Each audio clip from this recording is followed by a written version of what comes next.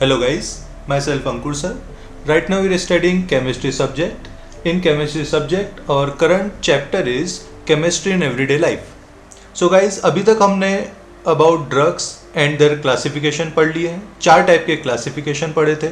उसके बाद में drug target interaction पढ़ा था जहाँ पे enzyme और receptor से हमने डील किया था. उसके बाद में हमने कुछ therapeutic effect of drugs देखे थे. थेरापेटिक इफेक्ट ऑफ ड्रग्स में different type of like antacids हमने पढ़ा था, एंटीहिस्टामाइन हमने पढ़ा था, न्यूरोलॉजिकली एक्टिव ड्रग्स जिसमें 2 टाइप के पढ़े थे, एक तो ट्रैंक्विलाइजर्स और एक एनाल्जेसिक्स. तो गाइस उसी के साथ हम इसका 4th पॉइंट एंट्री माइक्रोबायल्स आज स्टार्ट करते हैं. देखिए गाइस, अगर मैं इस टॉपिक की बात करूं तो ये कई हद तक आप इससे फेमिलियर भी होंगे.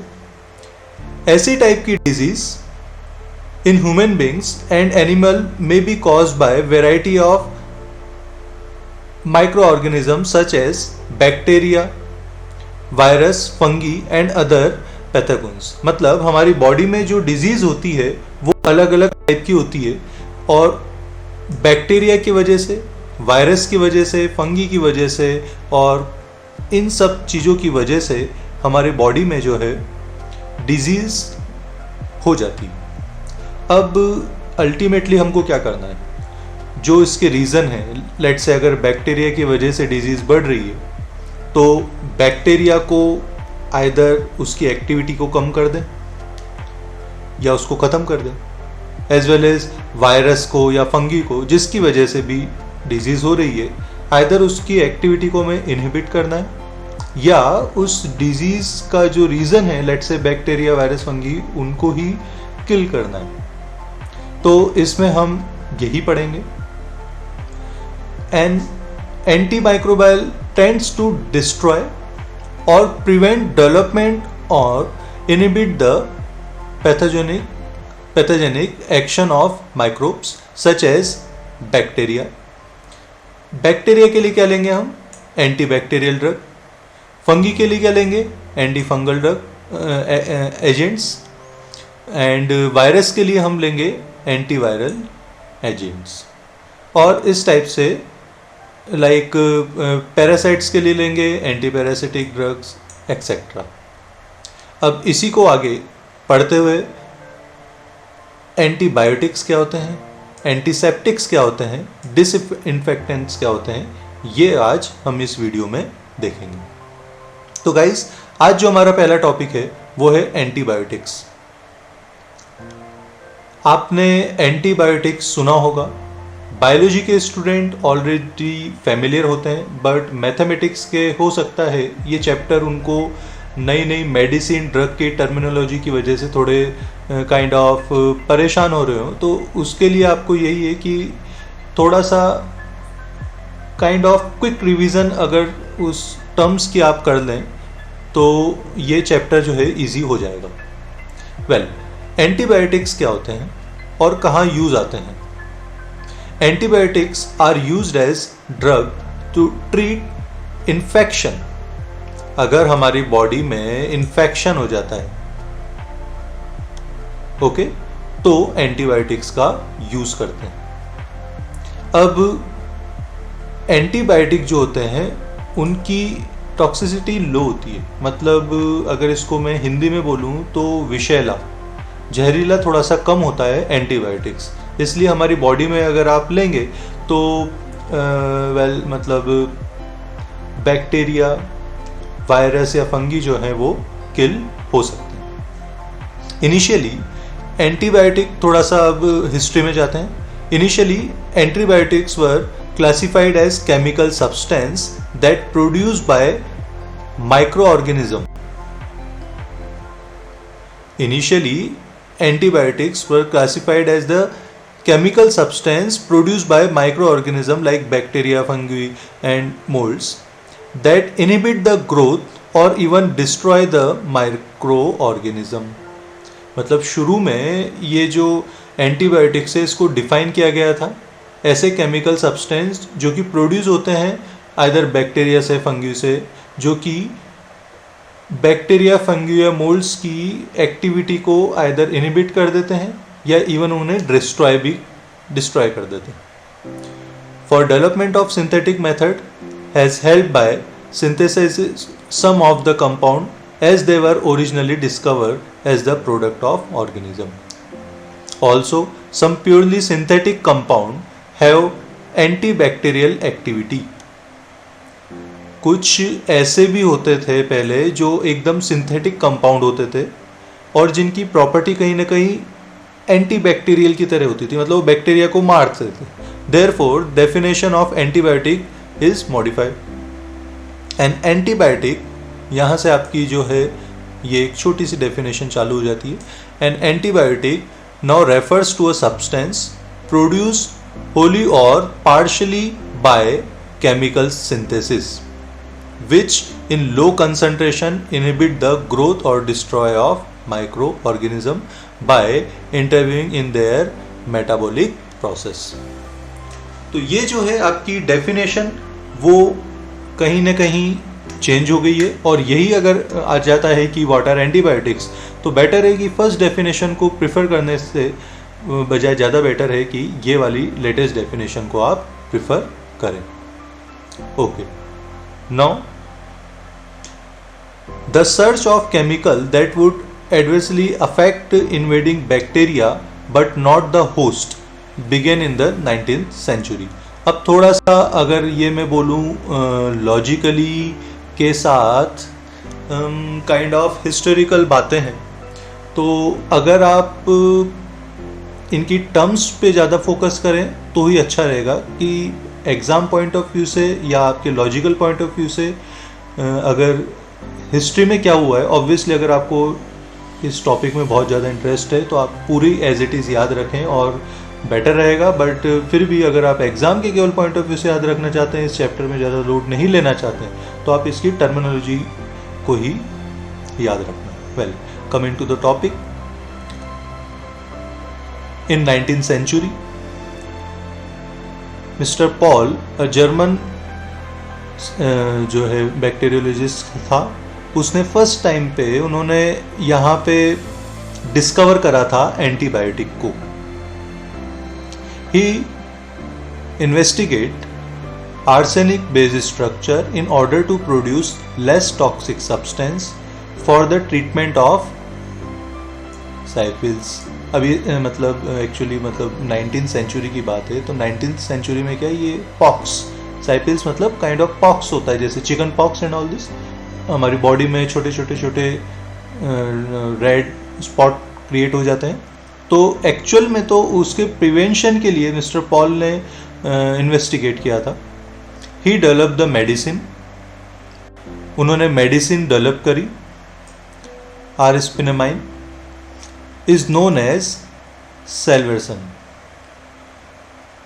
और इसकी वजह से उन्हें मेडिकल फील्ड में 1905 में नोबेल प्राइज मिला. It's means big thing, it was a big thing at that time. It was the first effective treatment discover by for साइफिल्स. मतलब उस टाइम पे जो है, लेट्स से हमारे इंडिया में माताजी आना भी बोलते हैं, चिकन पॉक्स. तो फर्स्ट टाइम पे चिकन पॉक्स का, माताजी का वर्ल्ड वाइड जो वाइडली एक्सेप्टेड डिस्कवरी थी वो यही थी. Although salvarsan is toxic to human beings, लेकिन फिर भी जो मेडिसिन है वो हमारी बॉडी के लिए थोड़ी सी जहरीली है. It affects the bacteria obviously, spirochete, and which cause spills in much better or in greater than on human being. At the same time, Ehrlich was working on the azodyes. ये थोड़ा सा यहाँ पे इम्पोर्टेंट हो जाता है कि उनको उस टाइम पे सेल्वर्सन, जैसे यहाँ पे स्ट्रक्चर में थोड़ा सा हम देखेंगे, AS से कनेक्टेड है, ये इन्होंने डिस्कवर करा था. और उसी टाइम पे वो एजोडाइज पे भी वर्क कर रहे थे. एजोडाइज क्या, जैसे एजोडाइज यहाँ पे जो AS डबल बॉन्ड AS है उसकी जगह यहाँ पे नाइट्रोजन डबल बॉन्ड नाइट्रोजन से कनेक्टेड जब होती है चेन, और इनका जो स्ट्रक्चर है वो भी सिमिलर था। तो यहाँ पे इनको थोड़ा सा क्लू मिला। He noted that there is similarity in structure of salvarsan and azo dyes. तो एक्चुअल में क्या करा उन्होंने, इन दोनों की हेल्प से ये मेडिसिन डिस्कवर करी, प्रोंटोसिल, जो आगे हम देखते हैं। Okay, the AS double bond AS linkage present in aspinamine resemble the N double bond N linkage present in azodize, in the sense that arsenic atom is present in the place of nitrogen। मतलब अगर arsenic के atom को nitrogen के atom से replace कर दें तो क्या होगा, एजोडाइज बनेगा। He also noted tissues getting coloured by dyes selectively. और यहाँ छोटी सी बात कि टिश्यूज कब कलर हो रहे थे, टिश्यूज कब कलर हो रहे थे, तो उन्होंने जब नोट करा कि AS के एटम को अगर आप नाइट्रोजन के एटम से और एजोडाइज में कन्वर्ट करते हैं तो वहाँ पे जो है tissues gets colour. Therefore Ehrlich began to search for the compound which resemble in structure to azodize, the selectively bind to bacteria। तो कहीं ना कहीं वो बैक्टीरिया के लिए एंटी बैक्टीरियल ही बनाना चाह रहे थे। In 1932 he succeed in preparing the first effective antibacterial agent। that is important कि फर्स्ट जो बैक्टीरियल एंटीबैक्टीरियल एजेंट है प्रोंटोसिल, वो कब डिस्कवर हुआ था इतना ज़्यादा इम्पॉर्टेंट नहीं है, पर प्रोंटोसिल इम्पॉर्टेंट है। मतलब डिस्कवरी भी आपको याद रखनी है। कभी कभार रेयरेस्ट केस में आपसे पूछ लिया जाता है कि अप्रॉक्स कब डिस्कवर हुआ था। Okay, which resemble in the structure to compound of salvarsan. Soon it was discovered that in the body, prontosil is converted to a compound called sulfanilamide, which is real active compound. Thus, the sulfur drugs were discovered. A large range of sulfonamide analyses were synthesized, one of the most effective in sulfapyridine. Okay, तो ये जो आपको सल्फापायरिडीन है वो भी term आपको याद रखनी पड़ेगी। यहाँ पे आपको सल्फानामाइड भी याद रखना पड़ेगा। ये छोटी छोटी टर्म्स है जो आपको मे बी इनिशियली आपको इतना फेमिलियर नहीं है, बट धीरे धीरे आप इसके थोड़े से यूज थ्रू हो जाएंगे। Okay, now decide the success of sulfonamide. Sulfonamides the real revolution antibacterial. अब ये तो क्या फर्स्ट इनिशियली डिस्कवरी थी, और उसके बाद में रियल डिस्कवरी करी थी अलेक्जेंडर फ्लेमिंग ने 1929 में, of the antibacterial properties of penicillium fungus.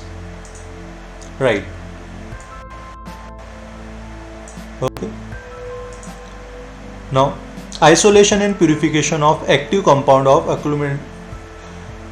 accumulate sufficient material for clinical trials look 13 years। और ये करते करते इनको थोड़ा सा टाइम लगा। अब देखिए यहाँ पे दो टाइप के आपको ये जो मैं मार्क कर रखे हैं, उसके बाद में दो टाइप की चीज़ें आपको याद रखनी पड़ेगी। छोटी सी टर्म याद रखिए, या तो सिडाल। सिडाल मतलब होता है किलिंग, ओके, और स्टैटिक मतलब इनहिबिटरी, मतलब जो कहीं ना कहीं एक्टिविटी को लो करता है। मतलब जिसके पीछे सफिक्स सिडाल लग गया वो खत्म कर देगा माइक्रो ऑर्गेनिज्म को, और जो जिसके पीछे स्टैटिक लगा वो उस माइक्रो ऑर्गेनिज्म की एक्टिविटी को इनहिबिट करेगा। तो यहाँ पे कुछ एग्जांपल दे रखे हैं, बैक्टीरियसिडाल और बैक्टीरियोस्टैटिक। ये जो हैं वो बैक्टीरिया कंप्लीटली आपके किल कर देंगे, और ये जो एग्जांपल्स हैं वो आपकी जो एक्टिविटी है बैक्टीरिया की एक्टिविटी उसको कम करेंगे। Okay, the range of bacteria और other micro organism that are affected by certain antibiotics is expressed in its spectrum of action. तो ये जो चीज़ें हैं ये एक नई टर्मिनोलॉजी में भी यूज़ की गई है, स्प्रेड ऑफ एक्शन में। एंटीबायोटिक्स विच किल और inhibit a wide range of gram positive और ग्राम नेगेटिव बैक्टीरिया, मतलब जिसमें दोनों होते हैं, ग्राम पॉजिटिव और ग्राम नेगेटिव, मतलब रेंज बढ़ गई। तो उस स्पेक्ट्रम को, जो कि एंटीबायोटिक है, उस स्पेक्ट्रम को हम बोलेंगे ब्रॉड स्पेक्ट्रम एंटीबायोटिक्स। ओके, जिसमें gram positive plus gram negative है, वो हो गया हमारा ब्रॉड स्पेक्ट्रम एंटीबायोटिक्स नंबर 1। दूसरा, जिसमें या तो आइदर ग्राम पॉजिटिव और ग्राम नेगेटिव है, मतलब ब्रॉड की जगह क्या हो गया, उसका रेंज कम हो गया, तो उसे हम बोलेंगे नैरो स्पेक्ट्रम एंटीबायोटिक्स, रेंज कम हो गया। और अगर केवल सिंगल ऑर्गेनिज्म और डिजीज पे ही इफेक्टिव है तो उसे हम बोलेंगे लिमिटेड स्पेक्ट्रम एंटीबायोटिक्स। ओके, ये छोटी सी चीज़ आपको याद रखनी है, like penicillin G has narrow type spectrum and ampicillin, amoxicillin, penicillin G, ये आपको याद रखना पड़ेगा। उसके बाद में जो ये एम्पिसिलिन है और एमॉक्सिसिलिन है, ये तो ब्रॉड हो जाते हैं, आपके पेनिसिलिन जी हो जाता है और नैरो हो जाता है। ओके, सो ये जो छोटी छोटी चीज़ें हैं वो आपको याद रखनी पड़ेगी। These have broad spectrum and it's absolutely essential to test the patient for sensitive allergy to penicillin before the administered in India. Penicillin is manufactured in the Hindustan Antibiotics in Pimpri Chinchwad near Pune, and it's in private sector industry. Okay, now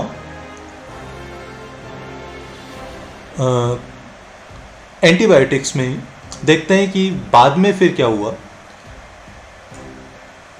क्लोरामेफेनिकॉल isolated in 1947, it is a broad spectrum antibiotic जो है, ये आपको याद रखना पड़ेगा। It is rapidly absorb from the gastrointestinal impact and hence can be given orally in case of typhoid and all this fever and certain type की disease में ये यूज़ किया जाता है। ओके, vancomycin और vancomycin और ofloxacin are other important broad spectrum antibiotics. Okay, kind of थोड़ा medicine में इट्स थोड़ा अप एंड डाउन हो जाता है, इट्स ओके, मे बी आप बॉदर नहीं करेंगे। The antibiotic dysidazirine is suppose to toxics toward certain stress of cancer cell. ये छोटी छोटी टर्म्स जो आपको याद रखनी पड़ेगी। ओके, coming to next topic, that is antiseptic and disinfectants. No, what is antiseptic? अगर हमारे लग जाती है, बॉडी में लग जाती है, या काइंड ऑफ घाव पड़ जाता है, चोट लग जाती है, कहीं स्किन डिजीज हो जाती है, वहाँ पे एंटीसेप्टिक यूज़ करते हैं। Antiseptic disinfectants are also chemical. एक और चीज़, सॉरी, दोनों डिफरेंट, अभी केवल एंटीसेप्टिक के बारे में बात करेंगे, पर एंटीसेप्टिक एंड डिसइंफेक्टेंट और आल्सो केमिकल विच आइदर किल और prevent the growth of micro organism. पहले एंटीसेप्टिक के बारे में बात करते हैं। ये कब कहाँ लगाते हैं? ये भाई लिविंग टिश्यू में लगाते हैं, ये चीज़ आपको याद रखनी है। जैसे वाउंड्स हो जाता है, घाव बोलते हैं वाउंड्स को, कट, या तो बॉडी में कट हो जाता है, अल्सर हो जाते हैं, या कोई स्किन डिजीज़ हो जाती है लाइक चर्म रोग, तो वहाँ पे हम फुरासीन लगाते हैं, सोफ्रामाइसिन लगाते हैं, right? May be you are familiar with this terms, furacin and soframycin. ये जो है जनरली हम डॉक्टर्स के पास भी जाते हैं तो इनमें से आइदर वो येलो कलर की और इस टाइप की ट्यूब लगाता है, तो वही एंटीसेप्टिक्स होती है। These are not ingested like antibiotics, commonly used antiseptics. अब देखिए एक छोटी सी बात डिटॉल की. डिटॉल क्या होता है? Dettol is a mixture of, right, Dettol जो हमारे घरों में यूज किया जाता है, तो Dettol is a mixture of chloroxylenol and terpineol, okay, and biethanol, a compound is also called biethanol, is added to soap to impart antiseptic properties. ये जो आपके जो एंटीसेप्टिक सोप्स बनते हैं इसमें हम थोड़ा सा बायोथेनॉल डालते हैं. ओके. आयोडीन भी जो है पावरफुल एंटीसेप्टिक है. आप ये एग्जांपल और अच्छी तरह याद रखना है कि iodine can be use as a antiseptic 2 to 3%. अगर एल्कोहलिक वाटर सॉल्यूशन में अगर आप आयोडीन को मिक्स करते हैं तो उसे हम बोलते हैं tincture of iodine. Okay. It is applied on wounds, घाव पे ये आयोडीन जो है लगाया जाता है. आइडोफॉर्म भी यूज़ किया जाता है as a antiseptic for wounds. Boric acid भी यूज़ किया जाता है. लाइक कुछ ऐसे पाउडर्स आते हैं जिनको अगर वाइट कलर के देखे होंगे आपने कि अगर उनको, या बोरेक्स जो होता है वो अगर आप लगाते हैं बोरिक एसिड को तो जल्दी से घाव या वाउंड है या कट है वो जल्दी सही हो जाता है. ओके. Now disinfectants. अब डिसइंफेक्टेंट्स क्या होते हैं? एंटीसेप्टिक तो लिविंग टिश्यूज में लगाए जाते हैं. ये चीज़ आपको याद रखना है. जो एंटीसेप्टिक्स है वो लिविंग टिश्यूज में लगाए जाते हैं, लेकिन disinfectants are applied to inanimate object जैसे फ्लोर पर या ड्रेनेज सिस्टम में, कोई इंस्ट्रूमेंट में. यहाँ पे डिसइंफेक्टेंट्स लगाए जाते हैं.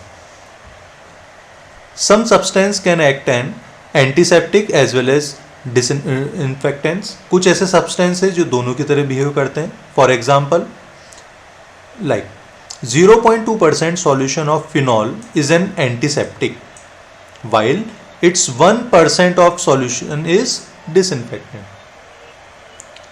तो आप ध्यान रखें, फिनॉल को 0.2% पे रखेंगे तो क्या हो जाएगा? एंटीसेप्टिक.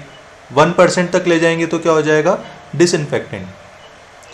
ऐसे ही क्लोरीन, हमारे घरों में पानी आता है तो कहीं पे क्लोरीन या फ्लोरीन से याद है साफ होके पानी आता है, ऐसा जनरली हम टर्म यूज करते हैं. तो chlorine in a concentration of 0.2 to 0.4 ppm.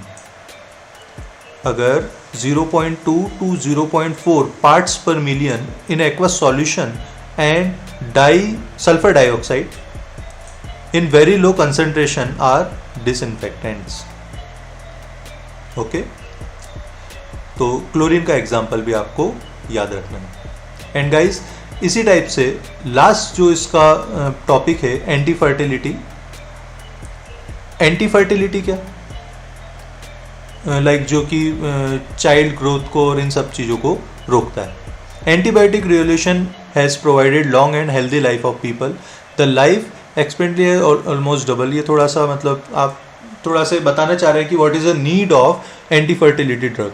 The increase population has cause many social problem in terms of food sources, environmental issues and employments. To control this problem of population, it's required to control.